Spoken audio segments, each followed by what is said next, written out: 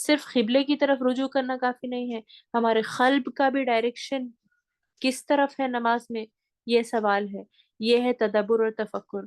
تو یہ سب اوپر اوپر کی نماز ہے، نماز کے اندر کیا ہو رہا ہے، خشوع کہاں ہے، وہ نروسنس کہاں ہے، وہ اٹینٹیو نروسنس یا کانشیسنس کہاں ہے، وہ آپ کو اور مجھے جو ہے وہ لانے کی ضرورت ہے۔ تو انسان کو یہ سوچنا پڑے گا کہ میرا اللہ سے کیا تعلق ہے، اس نے ایک نماز سے دوسری نماز کے بیچ کیا کیا حرکتیں کرتے ہوئے دیکھا ہے اس نے مجھے، آج کن کن چیزوں کو گواہ ہے اللہ سبحانہ تعالیٰ، آج میں نے کتنی بار غیبت کی، کتنے بار جھوٹ بولی ایک نماز سے دوسری نماز کے بیچ میں، کن کن چیزوں میں اس نے میری مدد کی، کیسا کیسا میں ناشکر رہا، یہ تمام چیزیں جو ہے غور و فکر کرنے کی ضرورت ہے۔ ان تمام چیزوں کا احساس کرتے ہوئے وقت پھر اللہ تعالیٰ کے سامنے نماز پڑھنے میں کھڑی ہوں گی، پھر آپ کو اور وہی مسائل بھول جاتے ہیں دنیا کے، ہم سارے پرابلم بھول کر نماز میں کھڑے ہو جائیں، کیوں؟